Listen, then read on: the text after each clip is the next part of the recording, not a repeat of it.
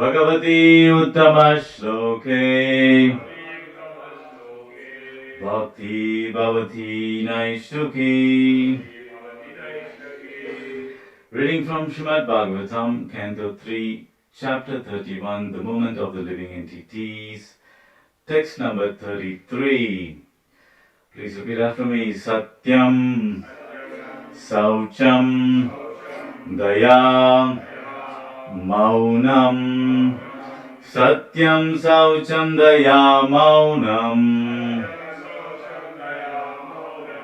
Satyam, Saucham, Daya, Maunam. Buddhihi, Shrir, Hrir, Yashaha, Shamam. Buddhihi, Shrir, Hrir, Yashak, Shamam. Buddhihi, Shrir, Hrir, Yata, Shamam. Shamo, Damo, Bhagas, Cheti. Shamo, Damo, Bhagat, Cheti. Shamo, Damo, Bhagas, Cheti. Yat, Sangat, Yati, Sanshayam. Yat Sangat Yati Sanshayam. Yat Sangat Yati Sanshayam. Satyam Saucham Daya Maunam. Buddhihi Shrihi Yashas Kashamam. Samodamo Bhagas Cheti. Yat Sangat Yati Sanshayam. Satyam Saucham Daya Maunam. Buddhihi Shrir Hir Yashak Shamam. Shamodamo Bhagas Cheti. Yat Sangat Yati Sanshayam.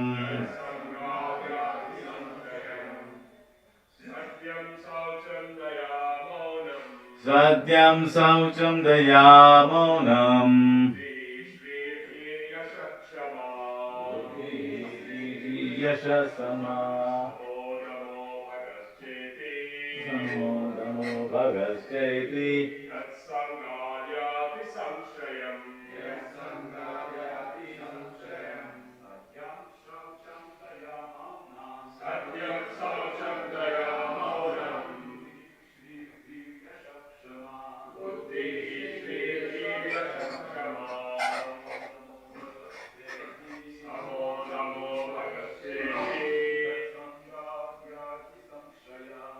Sangaryati Sanshaya.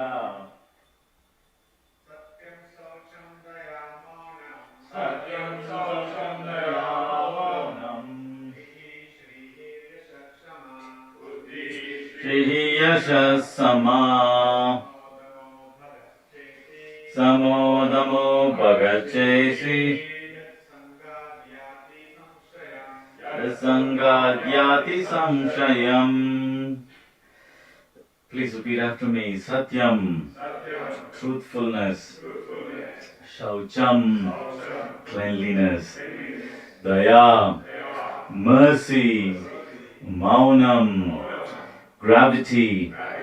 Buddhihi, intelligence. Shrihi, prosperity. Harihi, shyness. Yashaha, fame. Shamam, forgiveness. Shamam, control of mind. Dhamaha, control of the senses. Bhagaha, fortune. Cha, and Idhi. Thus, Yat Sangat, from association with whom? yati sanshayam, or destroyed. Translation and purport by Srimad Srila Prabhupada, Srila Prabhupada ki jai. He becomes devoid of truthfulness, cleanliness, mercy, gravity, spiritual intelligence, shyness, austerity, fame, forgiveness, control of mind, control of the senses, fortune, and all such opportunities. Please repeat after me.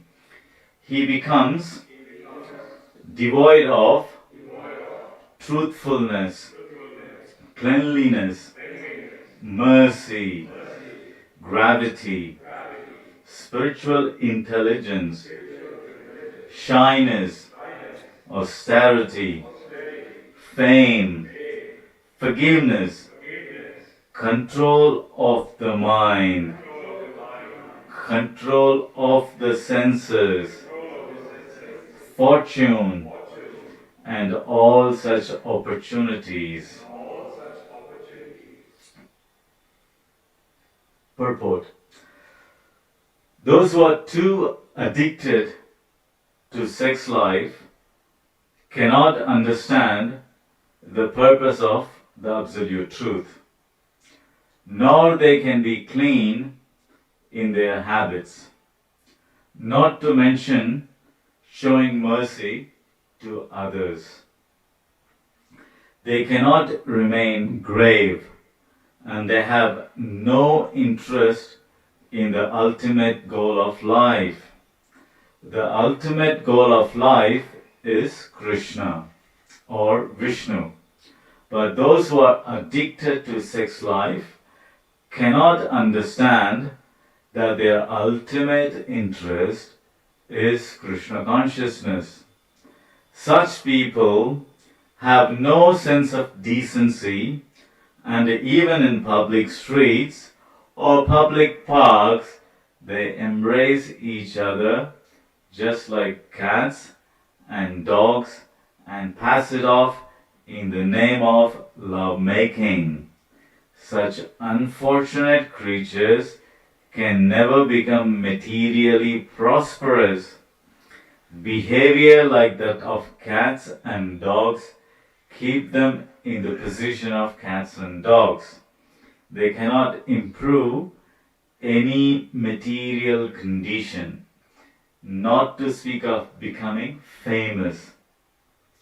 Such foolish persons may even make a show of so-called yoga, but they are unable to control the senses and mind, which is the real purpose of yogic practice.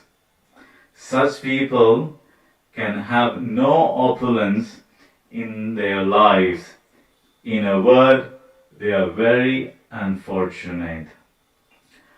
Om Jnanatimirandasya Jnananjana Salakaya Chakshurunmilitamena Tasmai Shri Gurave Namaha Shri Chaitanya Manobhishtam Sthapitam Yena Bhutale Swayam Rupakadamayam Tadati Swapadantikam Vandeham Shri Guru Shri Yudapada Kamalam Shri Gurun Vaishnavanscha Shri Rupam Sakrajadam Sahagana Raghunathanvitam Tam Sajivam Sadvaitam Savadutam Parijana Sahitam Shri Krishna Chaitanya Devam Shri Radha Krishna Padan Sahagana Lalita Shri Vishakhanvitam Sya Nama Om Vishnu Padaya Krishna Preshtaya Bhutale Shrimate Bhakti Vedanta Swami Iti Namine Namaste Saraswati Deve Gauravani Prasharine Nivishesha Shunyavadi Pashyatya Desha Tarine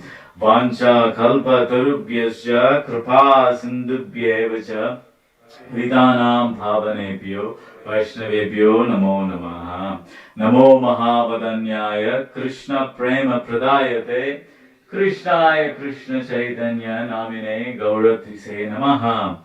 Hey Krishna Karuna Sindhu Dinabandho Jagatpate Gopesha Gopika Kanta Radha Kanta Namostute Tapta Kanchana Gaurangi Radhe Vrindavaneshwari Rishabhanu Sude Devi Pranamami Hari Priye Jai Shri Krishna Chaitanya Prabhu Nityananda Shri Advaita Gadadhar Srivasadi Gaura Bhakta Vrinda Hare Krishna Krishna Krishna Hare Hare Hare Rama Rama Rama Hare Hare.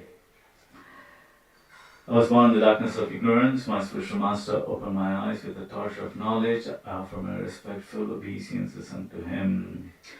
Mukham karoti vatsalam pango langayati girim yat kripatamaham vande Shri Guru Shri Dinatarinam tavai vasmi na jivami tavai vinam iti vigyadevitvam nayamam sharanantikam. Hare Krishna. Welcome to this morning's Bhagavatam class. Chapter discussing the movements of the living entities. Text 33. The text 33 need to be understood along with the previous verse. Without the previous verse, it doesn't make contextually any sense. So the previous verse says, if therefore the living entity again associates with the path of unrighteousness, influenced by sensually minded people, engaged in the pursuit of sexual enjoyment and the gratification of the palate, he again goes to hell as before. So, a person who's unrighteous or living entity associates with the path of unrighteousness, influenced by sensually minded people, engaged in the pursuit of sensual enjoyment and the gratification of the palate. So this living entity who does these things, what happens to him? He goes to hell, like before. And not only that, the good qualities doesn't rise in him, and he becomes unfortunate. The good qualities addressed here are Satyam, Saucham, Daya, Maunam, Buddhi, Shri, Hri, Yasha, Kshama, Samodamo, Bhagas Cheti. These are the good qualities. So when we read about somebody who lost due to bad association, who lost all his good qualities, who comes to our mind? Who is the person we think? Ajamil, that's right. I was discussing this verse with Bhavananda Prabhu and he asked me the same question. Who do you think? I said Ajamil. When you think about, so yeah, Ajamil, that's very right. Yudhishthira Maharaj, when he was confronted by his father, Yamaraj, Yamaraj asked him, what is the biggest irony in this world? And Yudhishthira Maharaj replies that every living entity dies. Every living entity takes birth and dies. Death is, it's in the cards for everyone. But every living entity thinks that it's not going to happen to me. I'm somehow or other immune to it. Only others are dying. I'm okay. They think. Similarly, this is what it came to my mind when I was discussing this verse yesterday. That every time, when we read this, we immediately think of Jamil or somebody else, third person. But in context, it is us who is in this predicament. We are in this predicament. We've been here before, and we are here now, and we are still doing the same thing. At least in Jamil's case, he got out. He has practiced devotion service. He got to the realization. He figured it out. He went and performed pure devotion service, and he got out. But us, We are always thinking it's somebody else suffering this and not us. But in reality, it is us who's taking birth repeatedly. We are still here in this material world and still misbehaving, like as this verse prescribes.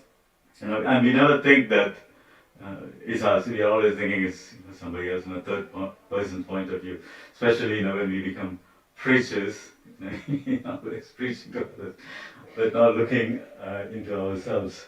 So this thought came to my mind when I was discussing this verse. In reality, it is me who is very unfortunate because people who knows me, I had a bit of a frivolous life, and pretty much I'm the textbook example of all those things. So here, generally, the four legs of Dharma, we say, what are the four legs of Dharma? Truthfulness, austerity, what is it? Cleanliness, and what is the fourth one? Mercy. Thank you, mercy. These are the four legs of Dharma. The bull called Dharma, who Parikshit Maharaj encountered, where he lost his three legs. He lost the legs of mercy, he lost the legs of austerity, and he lost the leg of, what did he lose? Cleanliness. So I think only leg left over is truthfulness, am I right? Truthfulness was the only leg left behind. And even that truthfulness is completely gone nowadays because people just say anything and everything to get their agenda right. So in one sense, the truthfulness is left behind through the scriptures. The scriptures are still speaking the truth in this Kali Yuga. So in that sense, the truthfulness is still left behind. So these four legs of Dharma, we equate to the four regulative principles. We are prescribed to chant 16 rounds, and we are prescribed to regulate ourselves by following the four regulative principles. And these four regulative principles are no meat eating, no intoxication, no gambling, and no onion and no garlic, is it? No. No illicit things. So these are the four regulative principles. So these four regulative principles, it is equated to the four legs of Dharma. Yeah? So intoxication is inversely proportionate to austerity. When a person takes intoxication, it is impossible for him to perform any austerity. I used to work with a colleague of mine who used to practice some kind of meditation. And he's an elderly guy, and he's aware of the Indian philosophies. And he used to tell me, like when he was young and when he was meditating,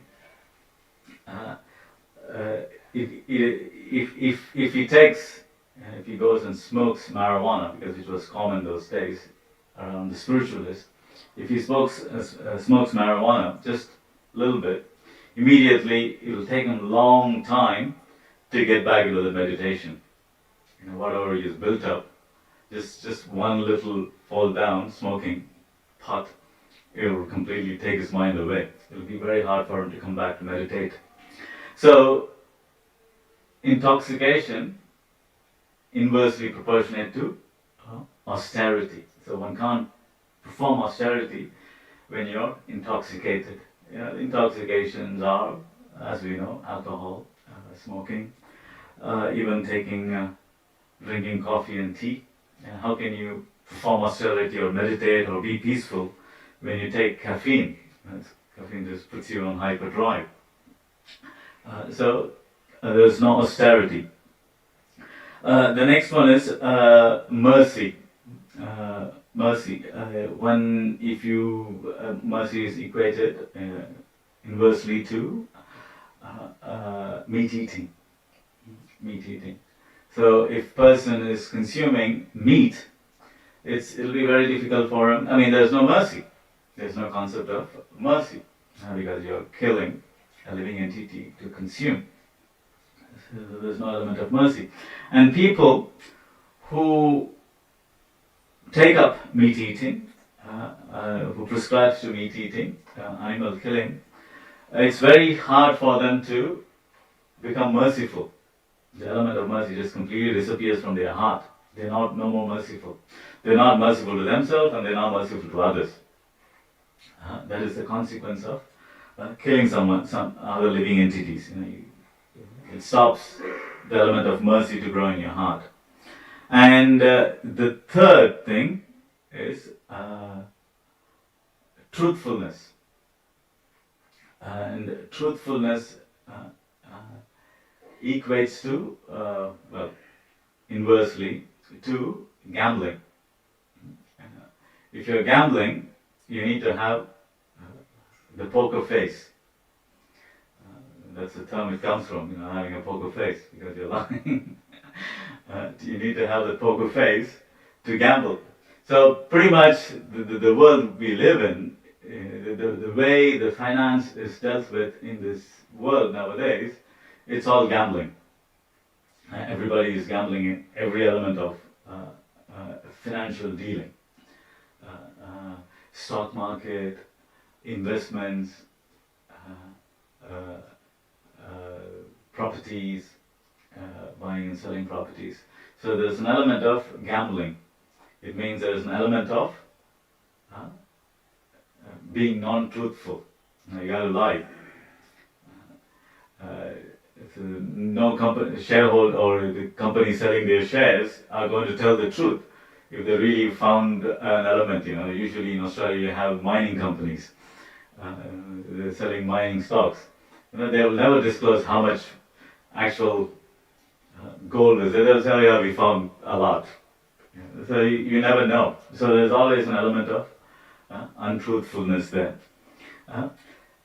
So that's truthfulness. And the last one is, the critical one is sexual, illicit sex. Illicit sex. And that is related to cleanliness when it comes to the regulatory principles. So a person who is indiscriminately engaged in sex life, he can't maintain cleanliness, both externally and internally. There is no cleanliness because the very act of sex is dirty.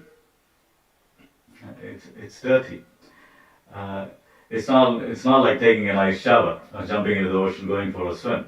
It's not like that. The very engagement is a dirty engagement. So it's unclean. And not only that, the before effect, the after effect, it's all dirty. It's all dirty. And it also leaves the mind and the consciousness contaminated. It makes the mind and consciousness contaminated. So even though, when we talk about the regulatory principles, these are the four things we say, cleanliness, austerity, truthfulness, and mercy are affected. But in essence, the element of sex, illicit sex especially,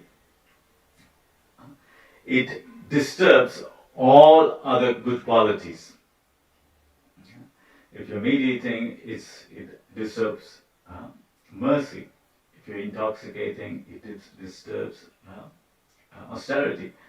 But the activity of illicit sex, not only its own element of being unclean, but it also disturbs all other good qualities, such as satyam, saucham.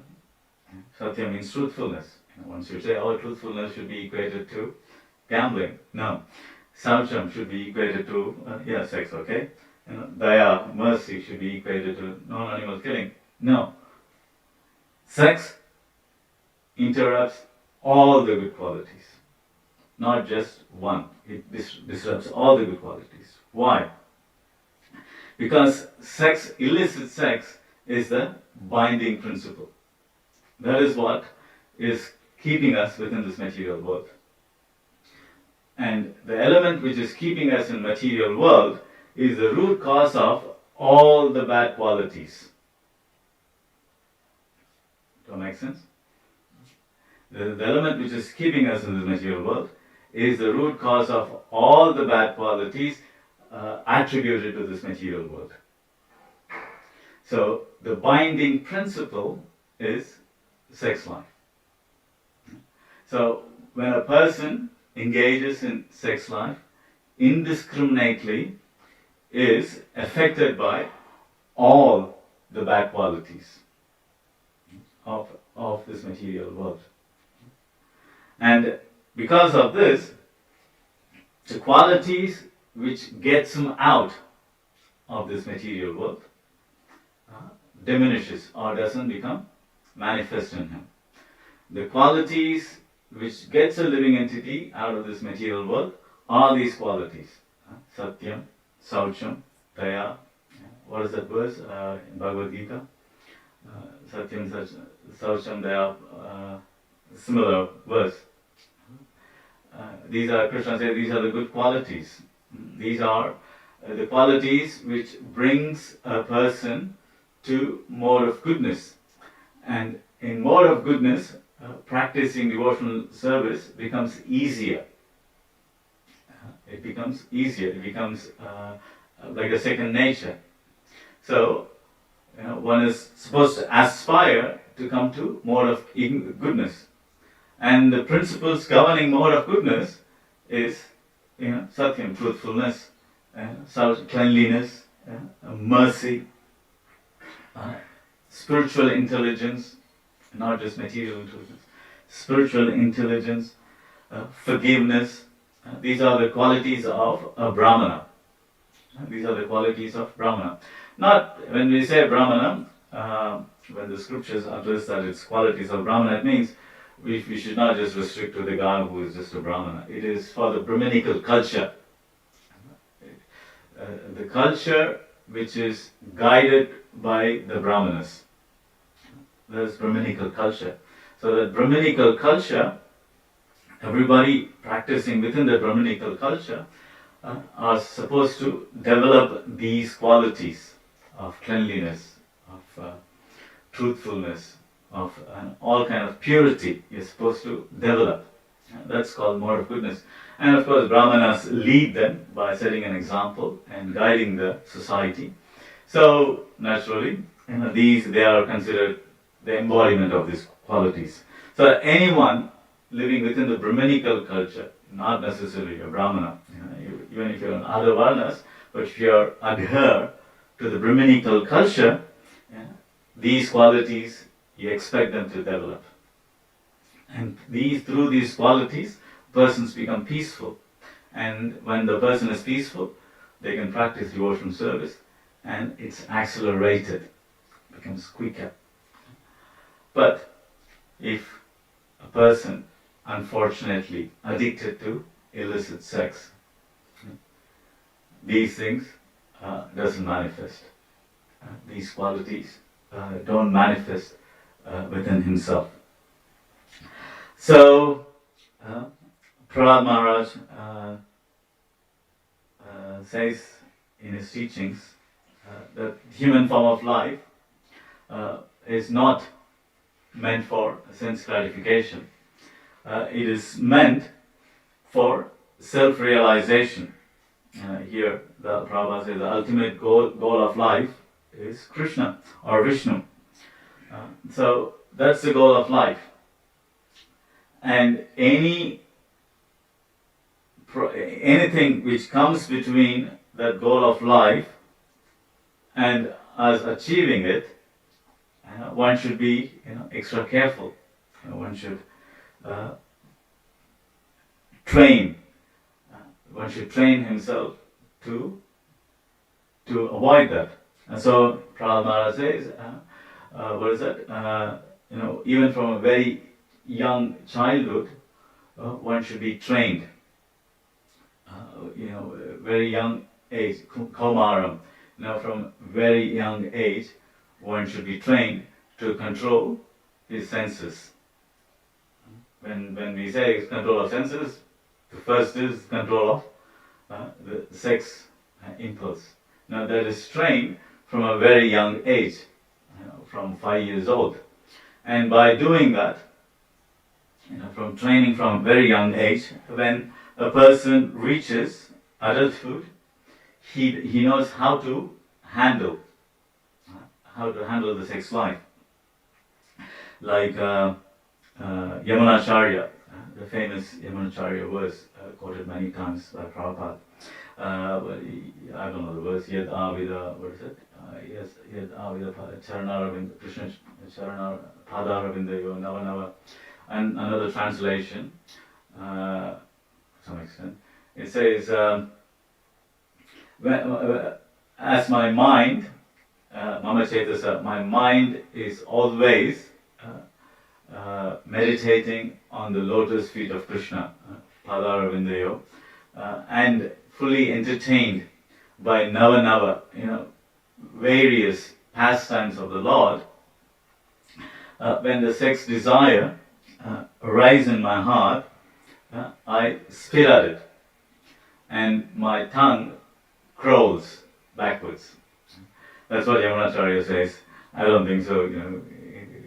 It happened to us. We actively indulge ourselves.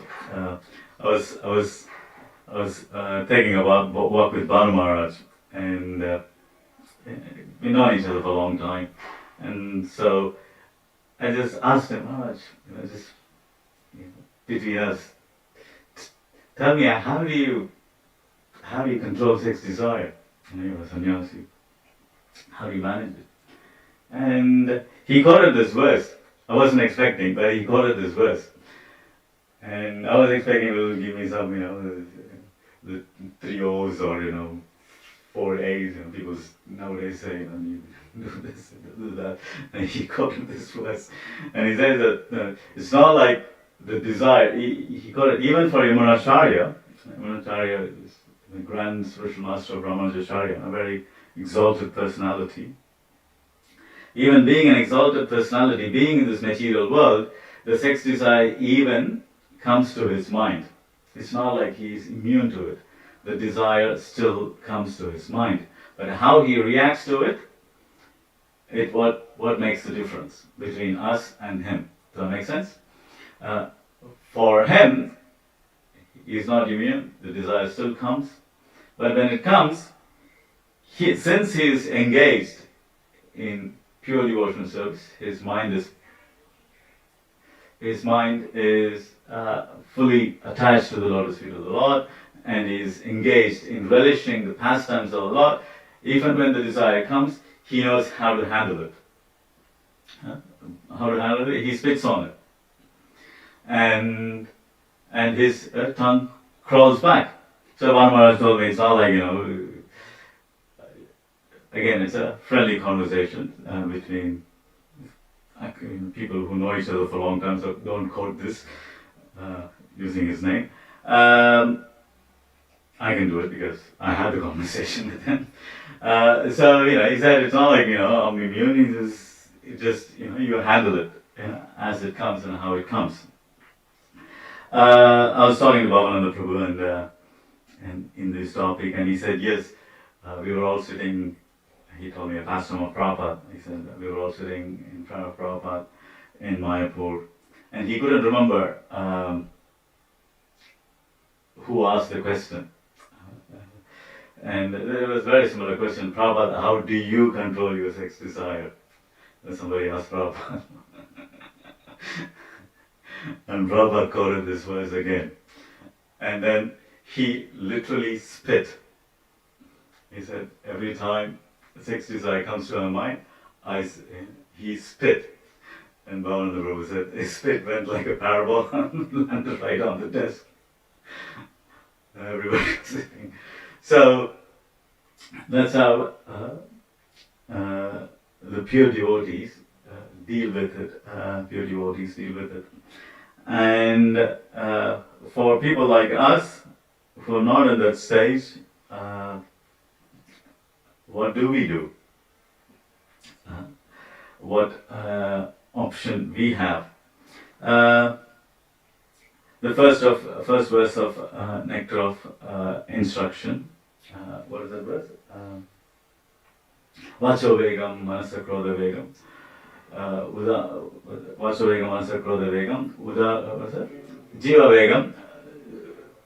Jiva vegam. Udara upasta vegam. Etan vegan vishayeta dhiraha. So there are other Vegas, the Vegas of speech and the Vegas of mind and senses, uncontrolled mind and senses. We will just concentrate on Udara Upasta Vegam because these are the Vegams connected directly to sex desire.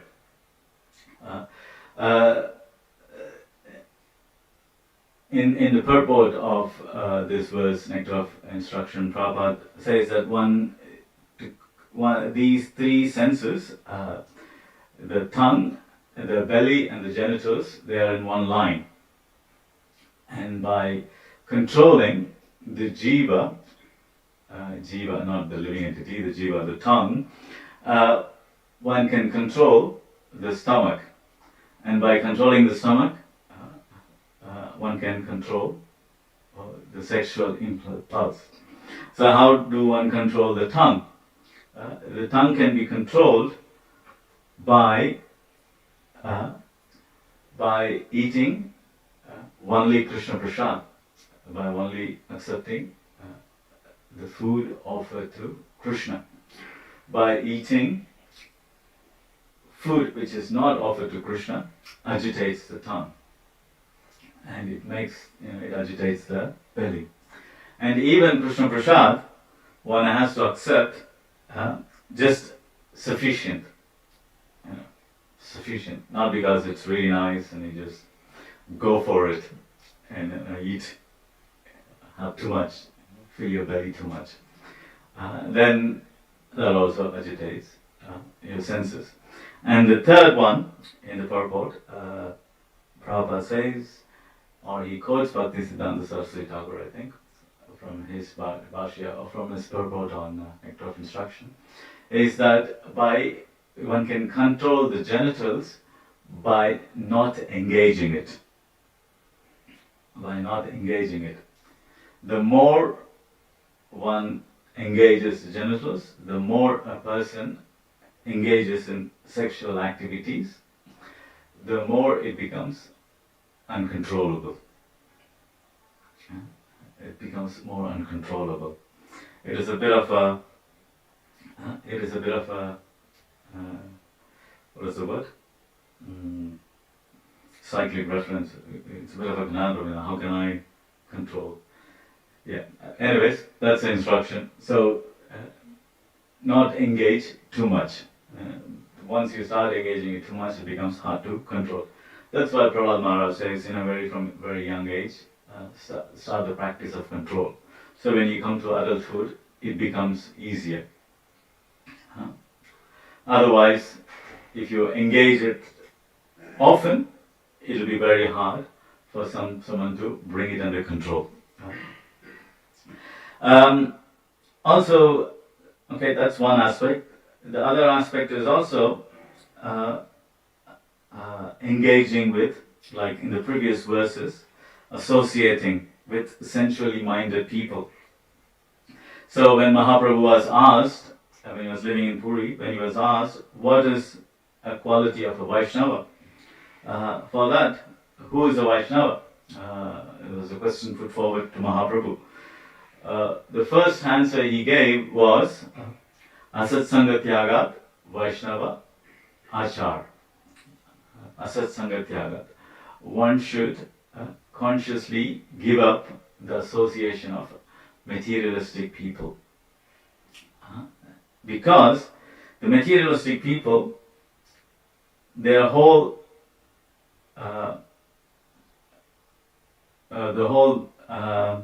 existence is based on sex life. Is based on sex life. Their whole material existence. Either they do it in a civilized way, or they do it in an uncivilized way. Let me explain what I mean by civilized and uncivilized. The Western society is uncivilized. They just hook up. You got Tinders and I don't know, there's too many of them.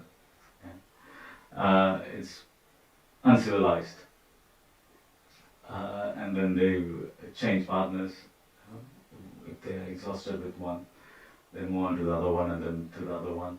And also indiscriminate, not, like as Prabhupada says, like cats and dogs, everywhere. It's about engaging in sensual activities. So that's an uncivilized way, and they openly, they're not shy about it. They're open about it. Like, thank God for COVID. Otherwise, I have to go to these office get-togethers, Friday evening drinks, and I used to wonder. A few of my colleagues used to go out to the pub. Of course, I wasn't drinking, just to make clarify. And all these guys will talk is about the girls. That's all they discuss, nothing else. Being part of the team, you got to go, and otherwise you're not a team player and all those things. So anyway, thanks to COVID, I don't even physically go to work. So what to speak of going to after drinks? So yeah. So the point is, the materialistic people, especially the Western society, that is the topic of conversation. In any forum, if just few men get together, that's all they talk about. That's uncivilized. Civilized, like Vedic culture, whatever. Civilized, but still, it's all about sex desire. Like one of the examples of pastimes of Prabhupada, where a nice gentleman, approached Prabhupada, met Prabhupada, and he was introducing his family. This is my wife, this is my son, this is my daughter, this is my grandson. And Prabhupada said, he's just talking about his sex life. Even though it is civilized, but it is still. They just use the Vedic means to have their sex life, extended sex life, family, family, children, wife, children, extended sex life. But for people who are serious about spiritual life, both the civilized sex life and uncivilized sex life, they're both impediments in their achieving their goal of life, which is Krishna consciousness. So, in true sense, people who take up devotional service and their children from the very young age, train them up in controlling their senses, and people who take up devotional service in later stage, I know it's not easy. I can tell from my own experience, it's not at all easy. But make an effort. In controlling the senses. Prabhupada, one of the lectures, listening to where he's talking about this. He's talking about this in Rishabhadev's verses. One of the lectures, Prabhupada says, the reason we have introduced deity worship is that the devotees can take advantage of worshipping the deities, and through worshipping the deities, one can control their sex desire. Prabhupada says that the reason we introduce deity worship is that people can engage in worshipping the deities, and by worshipping the deities, one can control the sex desire. And Prabhupada goes on by saying that not everybody is pure in the beginning, but by worshipping the deities and by praying to Krishna, through prayer, Krishna helps. That's what he says. So we have to accept. He Krishna helps, reciprocates. So deity worship is very important. So Prabhupada introduced deity worship all over the world so that people can engage in deity worship and purify themselves. And he hasn't restricted that deity worship is just for a class of people. Sannyasis can do deity worship, should do deity worship. Vanaprastha should deity worship. Grahastha should do deity worship. And brahmachari should do deity worship. It doesn't mean like, oh, I'm a book distributor, I'm not going to do deity worship. I'm a sannyasi, I'm not going to do deity worship. Anybody who is inflicted with sex desire should do deity worship. Should engage in deity worship. The very activity of bathing the Lord, dressing the Lord, decorating Him, and diminishes the sex desire. It eliminates sex desire in the heart. And of course, in a big city like Sydney, deities, there's a huge competition for deity worship. And of course, you need to do deity worship for the right reasons, not so that I can be on the altar and show off. No, that's not the reason. You're doing deity worship for purification. Then I also hear, Prabhu, young devotees shouldn't do deity worship. They should, wait, prove themselves before they can do deity worship. It's a bit ridiculous statement because if they wait for a few years, 5 years, they're waiting, they will have looked. You know what I'm saying? So as soon as they get an opportunity, they should do deity worship. As soon as they get their Brahman initiation, they should be trained up. They should engage in deity worship. Because this is the process to purify oneself. It's not like you wait around and then magically after X, Y, 8 years you become eligible to do deity worship. No, none of us are eligible to do deity worship. Through the process, what is the third verse from Samsara Prayers? Shri Vigraha Radhana Nityanana Shringara Tanman Dhiramarjanato. Through the process of deity worship, assisting the spiritual master who is performing deity worship, one purifies Manamandiram Arjanato. He purifies by cleaning the temple. He is also purifying, cleaning the temple, engaging in activities of deity worship. It purifies one's heart. And Prabhupada especially wanted grahasthas to do deity worship. Of course, it's there for all other ashrams, but he especially insisted grahasthas to take up deity worship. Becomes a bit hard with the modern way of living where both husband and wife has to work. The husband has to go and work, wife has to go and work. How are you going to look after the deities? It becomes hard. Well, it means husband works, the wife stays at home, supports the husband, looks after the children, and facilitates the deity worship. She facilitates, but we have decided we need more money, so that we both are going to work, and so so in Chaitanya Charitamrita, one of the purpose Prabhupada says that we want to introduce Shaligram worship all over the world, in all the temples. We want to introduce Shaligram worship. Generally, Shaligram used to be worshipped by, not only in temple, but also by grahasthas in the house, where, because Shaligram worship requires minimal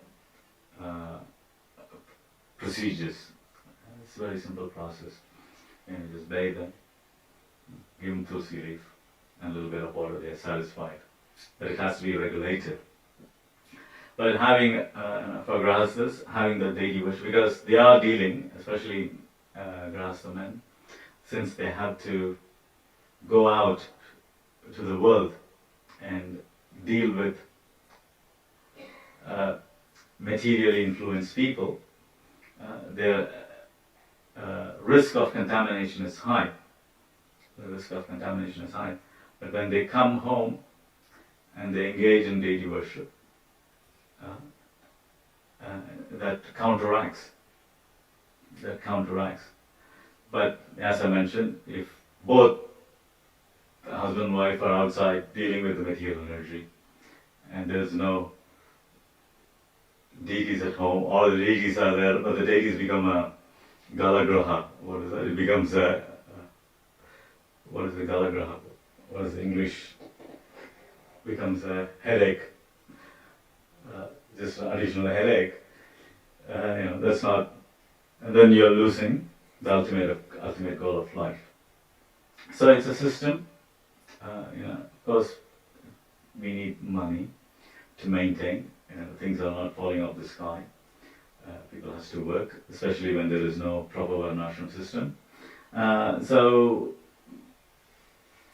grahasthas has to prioritize what is important for the ultimate goal of life. Not what is important to pay off your mortgage, but what is ultimate goal of life, and then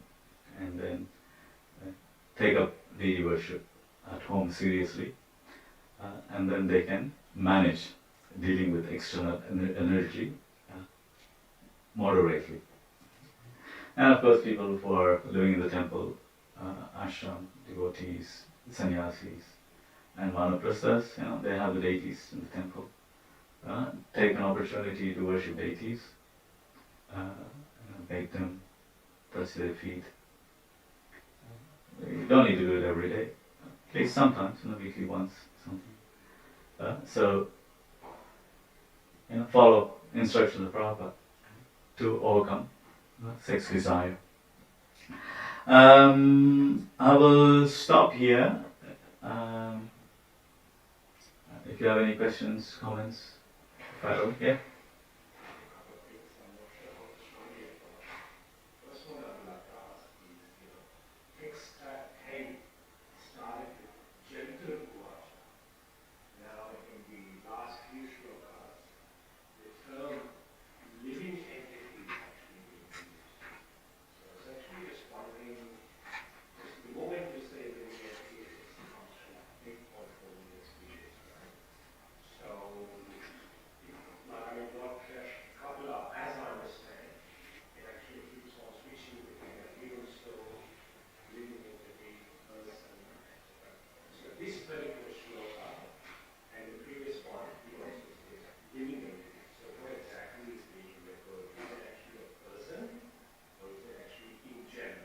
Yeah. Jantu was, it's talking, well, the Jantu has taken birth, we still have this child in the womb, but this child has already taken birth here, and already started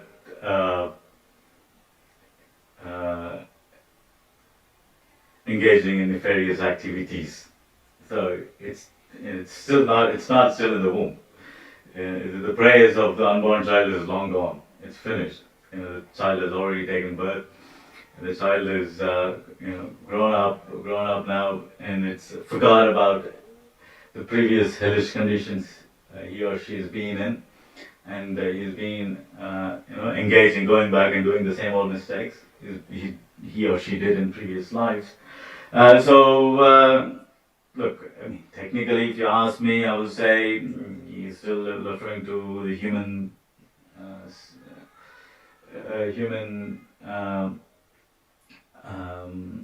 embodied soul.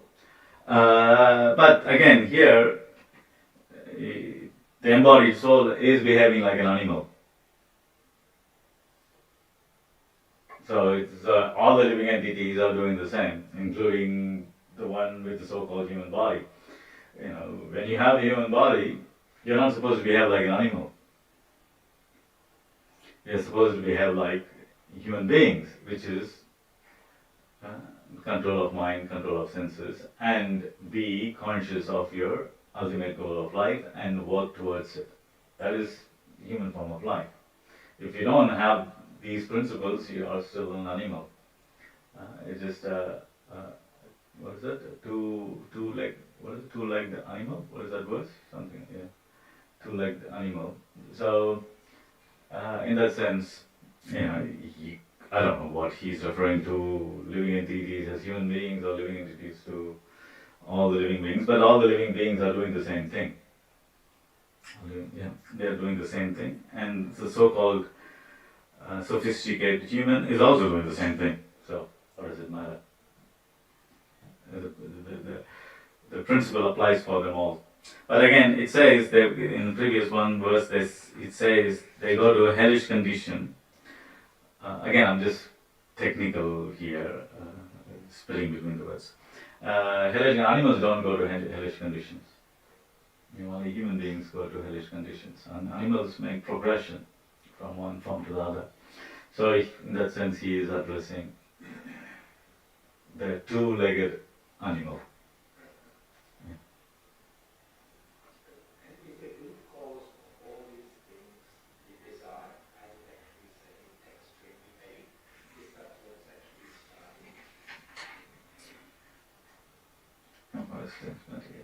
In this way, the child passes through his childhood, suffering different kinds of distress and attains boyhood. In boyhood, he also suffers pain over desire to get things he can never achieve, and thus, due to ignorance, he becomes.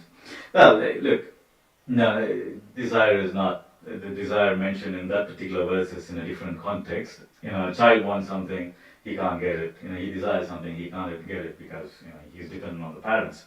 That's where that desire is mentioned. The living entities is embodied because of his envious nature towards Krishna, not having the right approach towards Krishna, being envious of Krishna, which manifests subtly as Icha and Dvesha. As soon as you're envious, you're tossed here.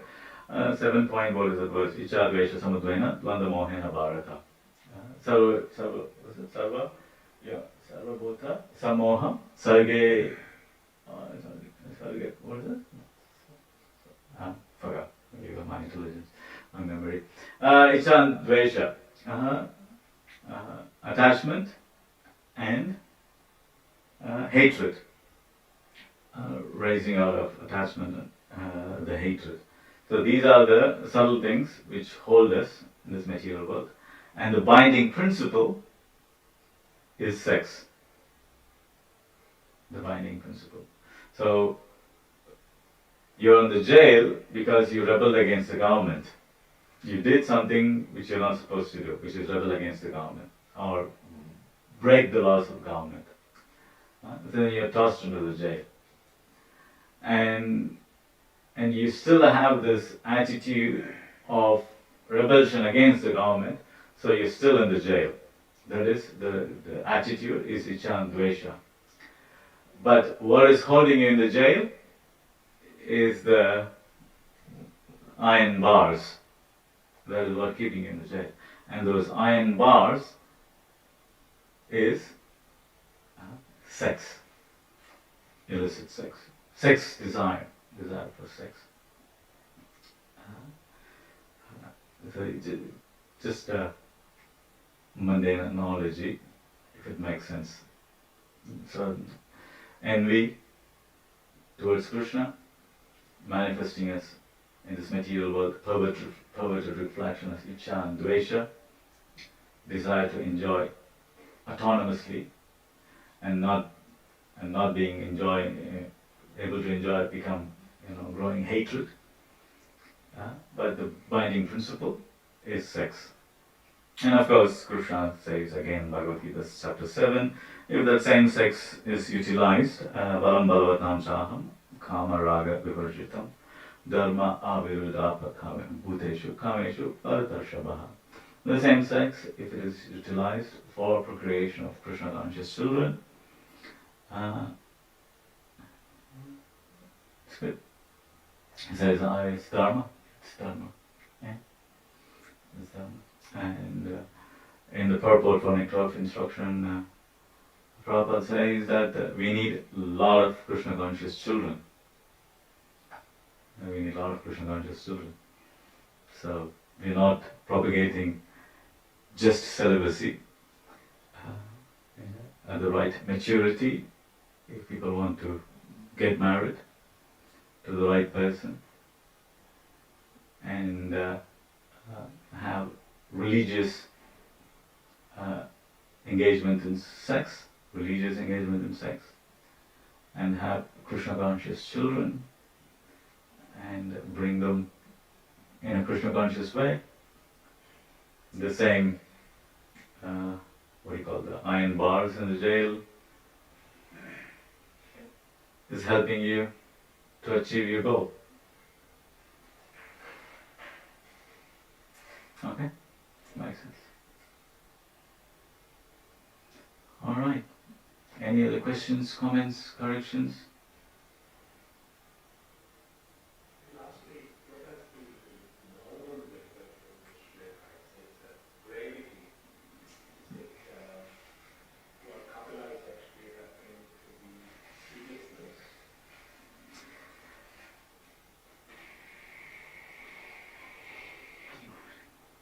Maunam literally translated as silence. But gravity means also in one sense silence. Gravity means speaking when it is required. Prabhupada again describes this in his the very first verse of Nectar of Instruction. Maunam doesn't mean silence, like the Mayavadis say, Mauna Vrata is, I won't talk to anyone. I know a devotee in Vrindavan, every Ekadashi he goes into Mauna Vrata. You try to talk to him, he says, I don't talk. Text me. And he texts me and he reply me in text. That's not the Maunam, not criticizing it. Maunam is not about just keeping quiet. It means not talking nonsense. So that's gravity. Gravity means you talk only things where it is essential to be spoken. Otherwise, avoid unnecessary talks. That's Maunam. Yeah, as Prabhupada says, bring gravity means it's just it's a disease. We all have it. Everybody wants to speak their opinion. Everybody wants to have a say. Any discussion going on, you want to express our opinion. That's the whole internet. The Facebooks and the Twitters and there's so many of them. Everybody, every famous comedian says, every blind, handicapped, stupid person has an opinion and they want to express it.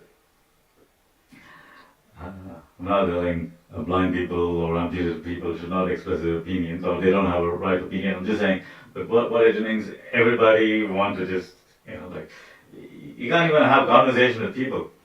You look at somebody and you think they need some help and you try to help them and they immediately start talking all, he's thinking, why am I wasting time with this guy? Just go on. They start counter preaching to you. So, speak when it is required. If not, don't speak. That's gravity. Just because you have a mouth doesn't mean I have to just use it. You just, if I guess if the whole world just shuts up, it'll be a much peaceful place.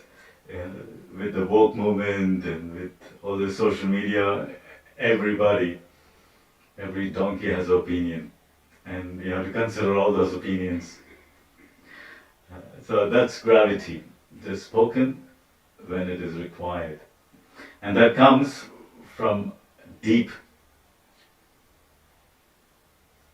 grounded, not superficial people, because superficial people just want to talk, whatever they know. But when a person is deeply grounded, then generally you can see they're not, in my language there's a saying, the half pot. Nowadays you have taps at home. Before you have a pot, staying in a copper pot, the brass pot is big, and the ladies used to carry it to the well or to the river, and they fill the water and bring it. If the pot is empty, it makes a lot of noise.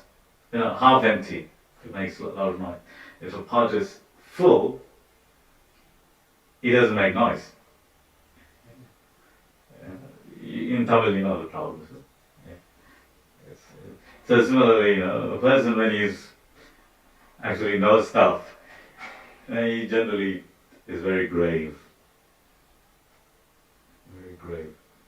That's what is Mona referred here.